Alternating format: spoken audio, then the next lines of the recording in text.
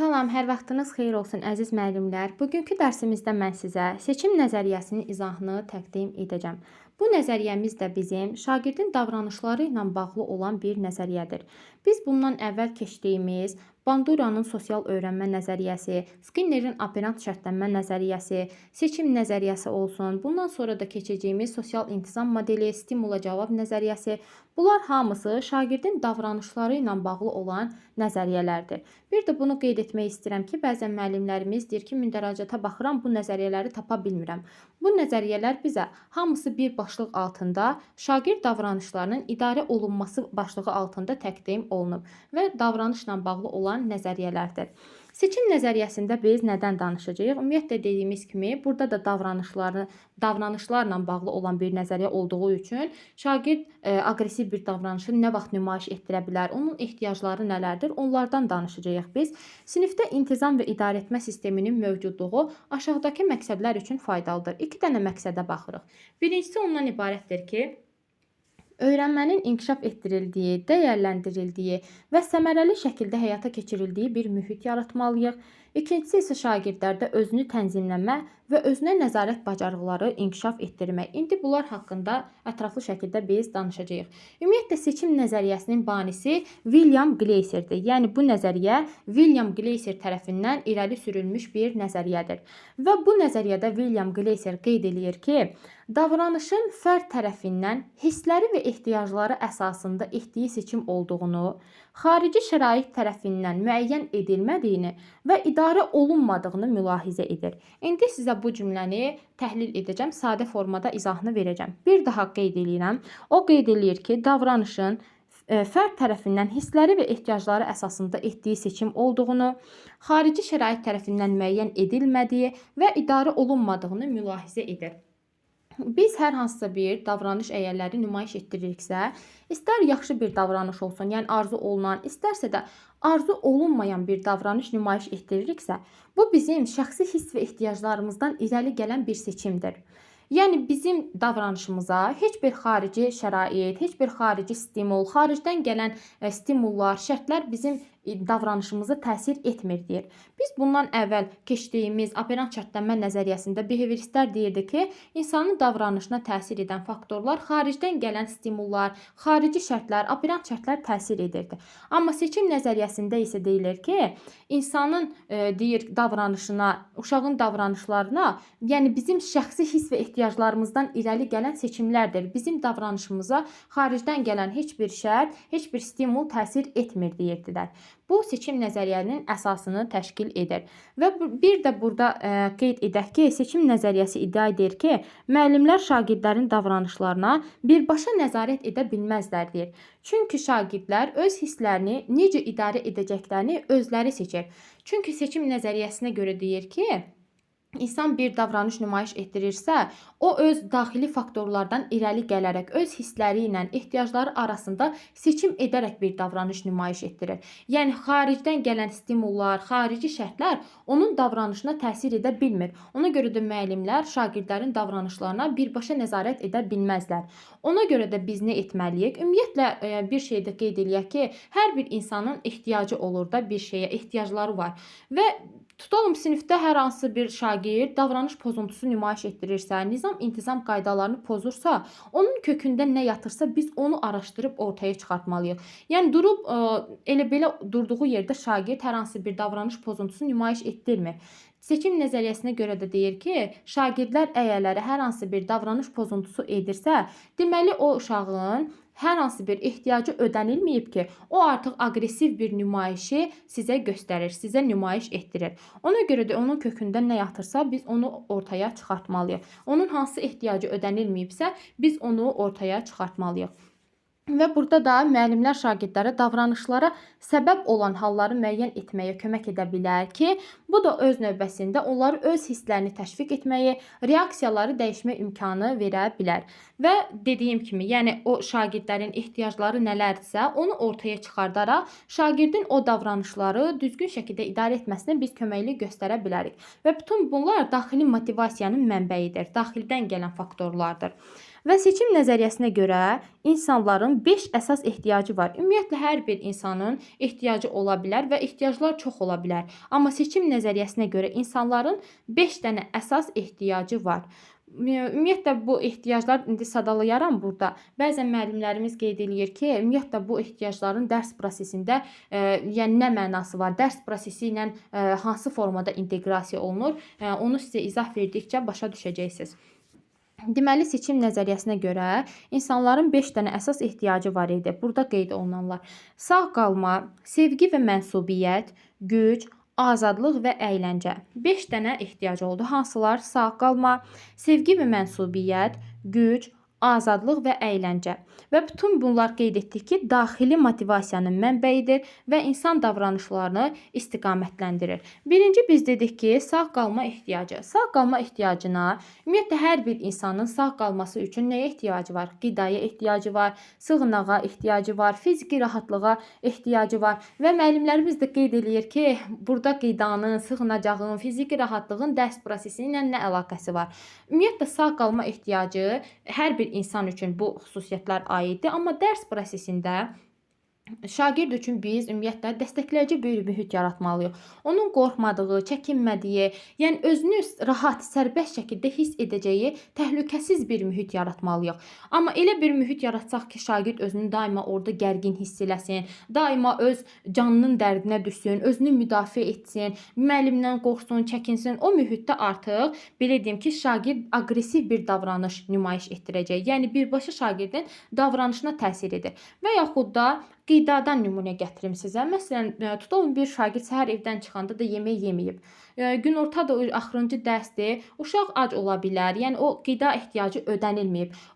İstər-istəməz o uşağın davranışında bir aqressivlik nümayiş göstərə bilər. Yəni bir aqressiv şəkildə davranış nümayiş etdirə bilər bizə. İndi deyəcəksiniz ki, müəllim ona qida ilə təmin etməlidir. Düzdür, amma şagirdin o davranışlarının nədən irəli gəldiyini, səbəbini biz başa düşüb onu anlaya bilərik, yəni ən azından. Bir var ki, şagirdə o göstərdiyi davranışa görə danlayırıq, onun nə bilim hər hansı bir cəza tətbiq eləyirik. Yəni bu düzgün deyil. O şagirdin nəyə görə o davranış etdiyini biz ortaya çıxartmalıyıq. Dediyim kimi ola bilər ki, qida ehtiyacı ödənilməyib, səhərdən acdır uşaq. Ona görə o dərs prosesində ola bilər ki, istəmədiyimiz bir davranış orada nümayiş etsin. Həmçinin də bayaq dediyim kimi, şagirdlər üçün sağlam psixoloji bir mühit, təhlükəsiz bir mühit yaratmalıyıq ki, şagirdlər orada düzgün şəkildə davranış nümayiş etdirsinlər. İkincisi gəlir orada sevgi və mənsubiyyət ehtiyacı.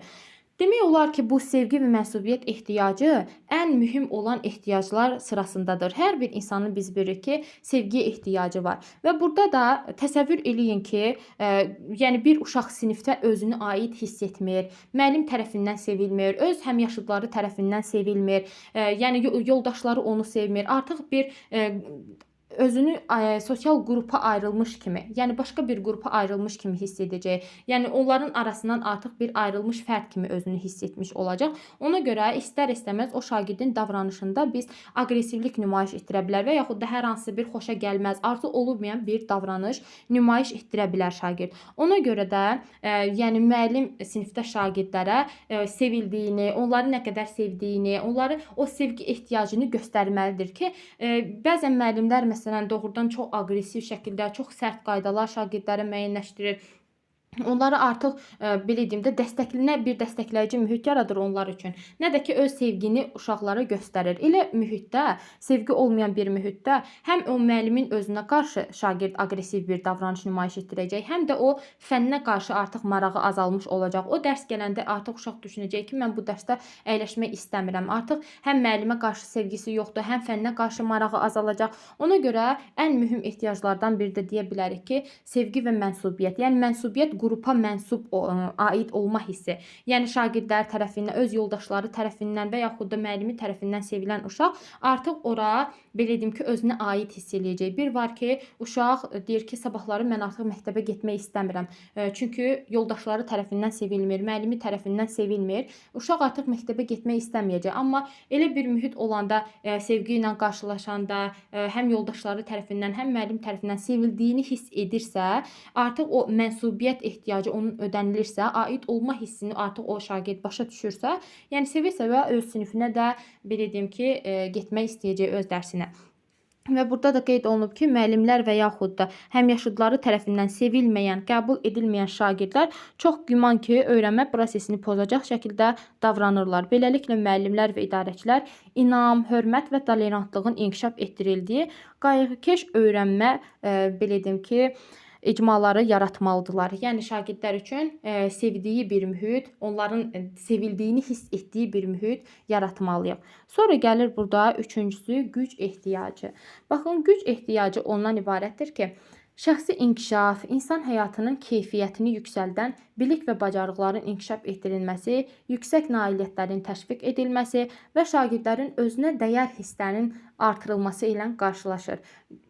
Başa düşürəm ki, bunu başa düşməmisiniz. İndi doğru deyil də sizə başa salım ki, məsələn, şagirdlərin kiçik uğurları olanda biz hər dəfə o kiçik uğurlarını qeyd etməliyik. Onları belə deyim də, hər hansı bir davranış nümayiş etdirəndə, bir balaca yəni səhv eləyəndə, o vaxt onları qınasaq, hər dəfə onları danlasaq, onların artıq özünə qarşı inamı azalacaq. Onlar artıq özünü zəif, gücsüz hiss edəcəklər. Yəni elə biləcəklər ki, çox acizdir, gücü yoxdur, gücsüz, zəif, o biri yoldaşlarının arasında özünü artıq gücsüz hiss edəcək və bu birbaşa şagirdin davranışına bu təsir etmiş olur. Yəni şagirdin gücünü mən onu hər dəfə artıq belə deyim ki, kiçik uğurlarını onu dəyərləndirirəmsə, onun kiçik uğurlarını belə qeyd edirəmsə, o artıq şagird özünü güclü hiss edəcək, daha yaxşı oxumağa çalışacaq. Yəni dərs prosesində biz kökləməliyik onun o güc ehtiyacını. Amma bunun o güc ehtiyacını biz qarşılamadıqda şagirdin, yəni onu hər dəfə belə deyim sındıranda,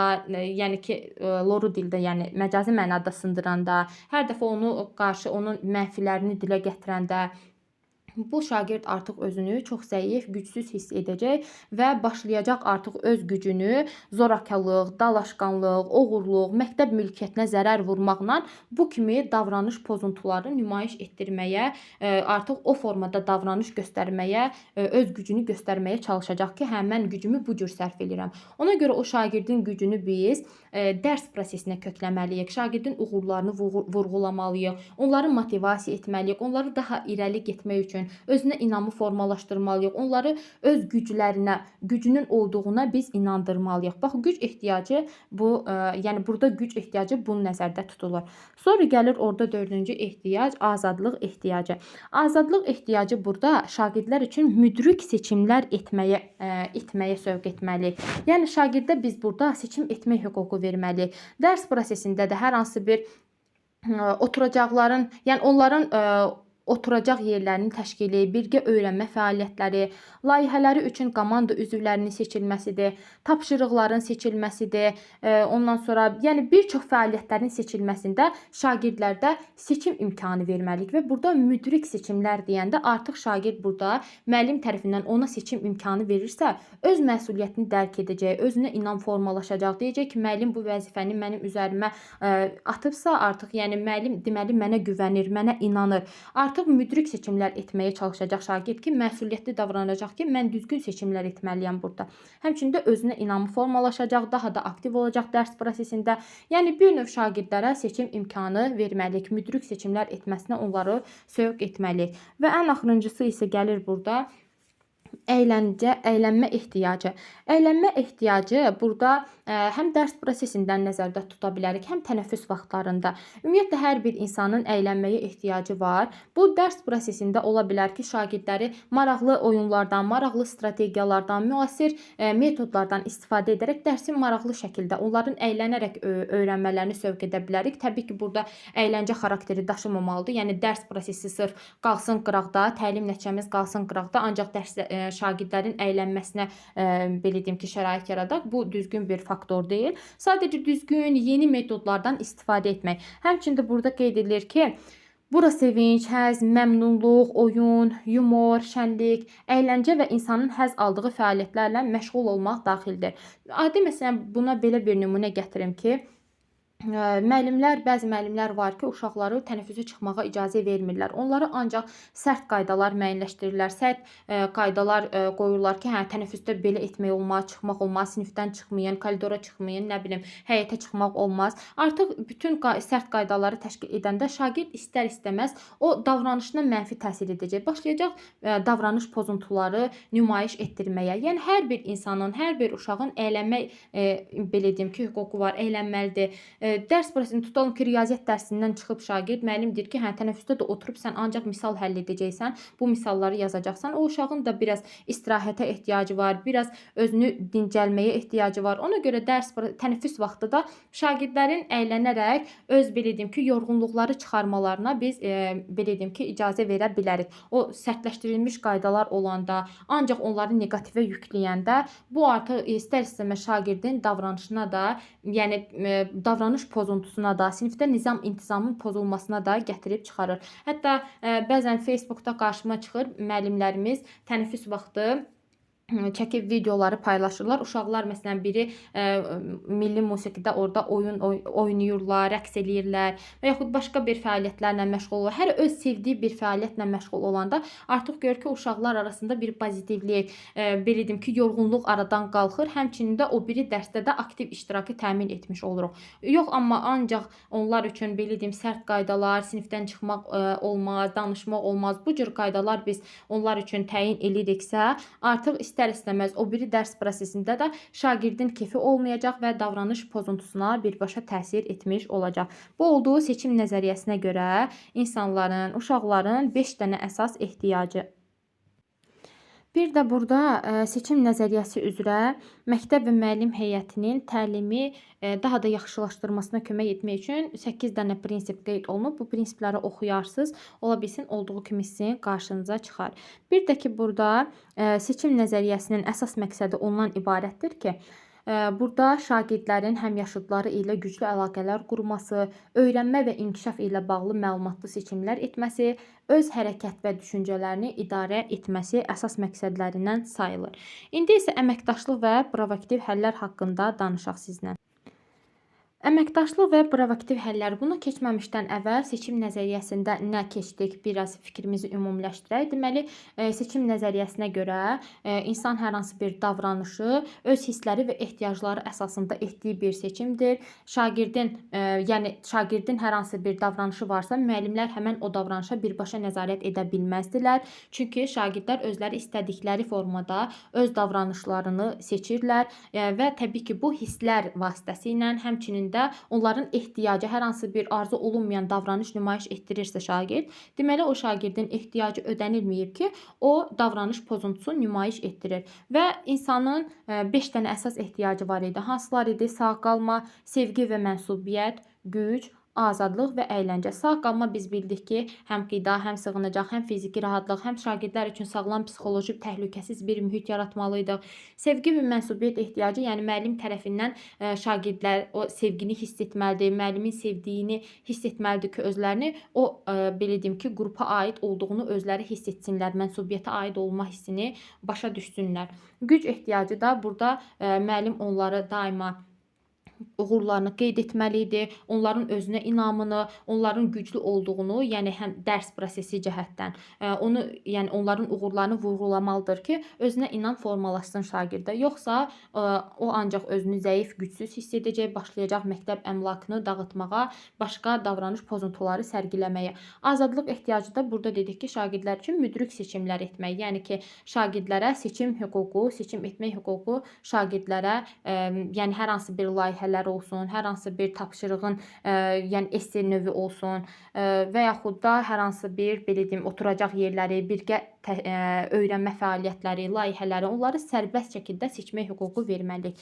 Bir də əylənmə ehtiyacı. Həm dərs prosesində düzgün metodlardan, təlim nəticəsinə uyğun metodlardan istifadə edərək onlar üçün dərsə əyləncəli qura bilərik. Həmçinin də tənəffüs vaxtı da onlar üçün sərt qaydalar müəyyənləşdirmədən onların istirahət edə biləcəyi, beyinlərini biraz sakit edə biləcəyi formada fəaliyyətlər etmələrinə icazə verməkdən ibarətdir. İndi isə danışaq biz burada əməkdaşlıq və proaktiv həllər. Burada şagird davranışının idarə edilməsi ilə bağlı müxtəlif yanaşmalardan biri də Ross Greenin əməkdaşlıq və proaktiv həllərdir. Yəni bu əməkdaşlıq və proaktiv həlləri Ross Green tərəfindən irəli sürülmüşdür. Ümumiyyətlə proaktiv həllər deyəndə proaktiv nə idi? Biz bundan əvvəl keçmişdik sizdən. Müəllimin 2 dənə yanaşması var idi. Reaktiv və proaktiv. Proaktiv o idi ki, yəni peşəkar bir müəllim, planı olan bir müəllim idi. Dərs prosesində hər hansı bir davranış pozuntusu olmasın deyə əvvəlcədən planı var idi. Müəllim hazırlıqlı şəkildə gəlirdi dərsə. Amma reaktiv isə əvvəlcədən hazırlanmış heç bir planı yox idi müəllimin. Dərs prosesində hər hansı bir davranış pozuntusu baş verəndə artıq cəza tətbiq etməklə, uşaqların üstünə qışqırmaqla, hədə-qorxu getməklə məsələni həll etməyə çalışırdı. Burada da Ross Greenin əməkdaşlıq və proaktiv həllər yanaşması var və Ross Greenin yanaşmasına görə şagirdin davranış problemləri 2 səbəbdən qaynaqlanır. Yəni burada Ross Green qeyd eləyir ki, şagird hər hansı bir davranış pozuntusu nümayiş etdirirsə, o davranış problemi 2 səbəbdən qaynaqlana bilər. Hansılardır? Birinci səbəb ondan ibarətdir ki, tələb olunan bacarıqların lazımi səviyyədə olmaması, İkincisi isə həll edilməmiş problemlər. Baxın, birincisi dedik ki, tələb olunan bacarıqların lazımi səviyyədə olmaması, ikincisi isə həll edilməmiş problemlər. Birinci tələb doğrudan da əsas olan tələblərdən biridir. Deyilir ki, tələb olunan bacarıqların lazımi səviyyədə olmaması. Tutalım ki, müəllimin şagirddən bir gözləntisi var. O gözləntisi şagirdin bacarığından qat-qat üstündür deyək. Məsələn, müəllim uşağa bir tapşırıq verib, 20 suallıq bir test verib. Deyir ki, səndən gözləntim 20-sindən 20-sini də yazacaqsan. Mən inanıram ki, bu bacarıq səndə var. Yəni ki, sən bu 20-sindən 20-sini də yazacaqsan. Şagird isə həmin o testi işləyəndə tutalım 15 dənə yazır, 13 dənə yazır. Artıq o müəllimin gözləntisini belə deyim ki, şagird bacara bilmir. Deməli, burada tələb olunan bacarıqların lazımi səviyyədə olmaması. Elə olduğu halda da şagird artıq əsəbləşəcək. Yəni istər-istəməz onun davranışına təsir etmiş olacaq. Ona görə biz bu kimi faktorlara diqqət etməliyik. İkincisi isə həll edilməmiş problemlər. Ümumiyyətlə həll edilməmiş problemlər çox ola bilər. Hər hansı bir problem ortada varsa, o problemin nə olduğunu biz ortaya çıxartmalıyıq və həll yollarını irəli sürməliyik. Burada əməkdaşlıq və proaktiv həllər yanaşması uşağın perspektivini dərk etməyin, problemi müəyyənləşdirməyin və həll yolları tapmaq üçün onlarla birgə işləməyin vacibliyini vurğulayır. Yəni əməkdaşlıq şəraitində burada Ross Green deyir ki, şagirdə hər hansı bir problem varsa, o problemi ortaya çıxardıb əməkdaşlıq şəraitində biz ona köməklik göstərməliyik, əməkdaşlıq qurmalıyıq. Yəni şagirdə bir var əsəbləşəsən, onun etdiyi fəaliyyətini dəyərləndirməyəsən, onun üstünə qışqırasan ki, hə sən bunu niyə bacara bilmədin? O tələb olunan bacarığı lazımi səviyyədə olmadığı üçün onu bacara bilmirdi, edə bilmir. Yəni bizim gözləntimiz şagirdin bacarığından qat-qat üstündür. Yəni şagird hələ o lazımi səviyyədə, o lazımi bacarıqda deyil ki, o onu tam şəkildə bizim istədiyimiz kimi bizə təqdim etsin.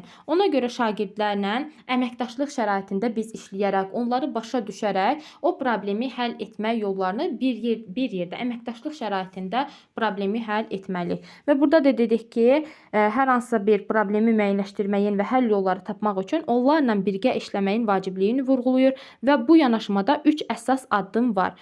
3 dənə əsas addım hansılardır? Birincisi empatiya qurmaq.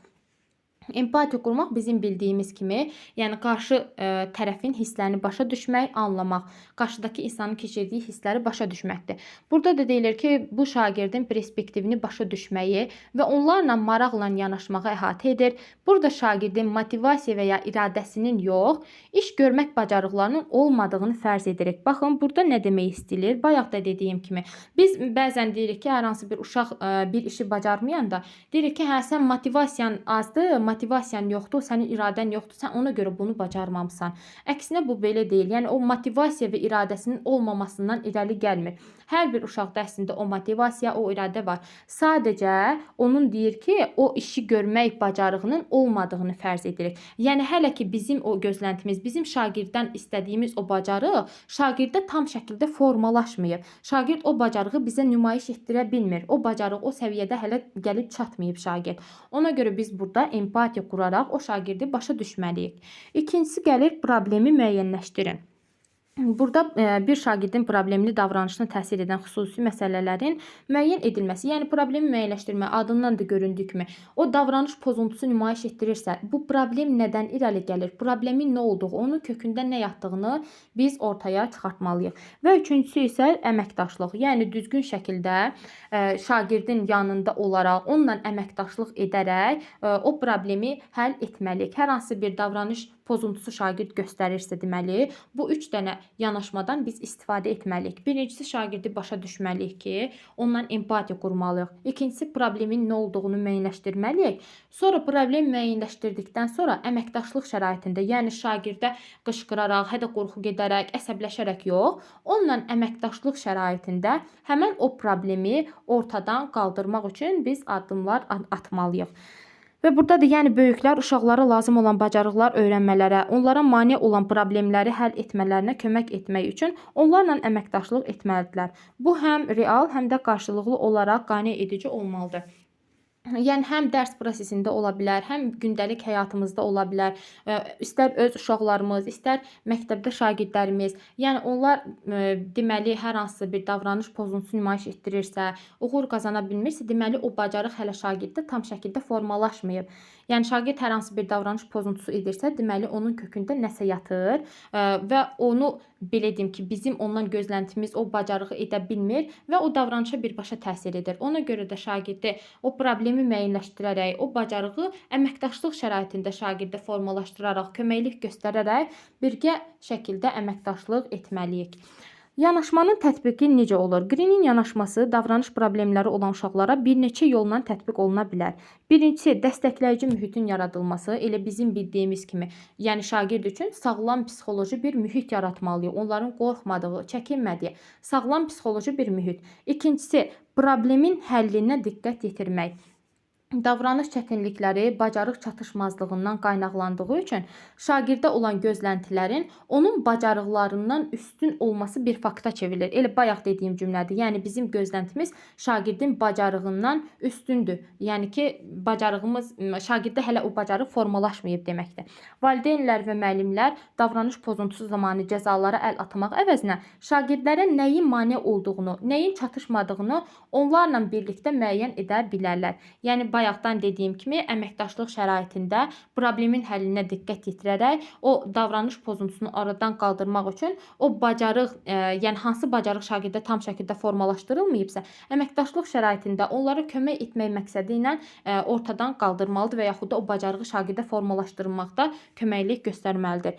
Və diqqətinizi cəmləşdirin. Diqqətinizi cəmləşdirin də, yəni hər hansı bir o davranış pozuntusunu aradan qaldırmaq üçün, təbii ki, burada şagirdlərlə işləyəndə müəllim qəzəblənə də bilər, əsəbləşə bilər, özünü idarə etməyə bilər. Ona görə bu hallara diqqət yetirməlidir. Səbirli, təmkinli olmalıdır müəllim. Yəni düzgün şəkildə o problemin həllinə çalışmaq lazımdır. Öz diqqətini maksimum şəkildə işinə yönəltməli, nəzarətini itirməməli və problemin həllinə çalışmaq lazımdır. Burada artıq müəllim şagirdin üstünə əsəbləşsə, qəzəblənib qışqırsa, nə bilim, özünü idarə edə bilməsə, bu artıq o problemin həll yolu olmaz. Ona görə səbirli, təmkinli olmalıdır. Bu da oldu bizim əməkdaşlıq və proaktiv həllərimiz. Ümid edirəm ki, mövzunu başa düşdü. Çətin bir mövzu deyil, rahat mövzudur. Diqqətli şəkildə qulaq asdıqdan sonra başa düşəcəyiniz bir mövzudur. Hələlik bu qədər. Sağ olun.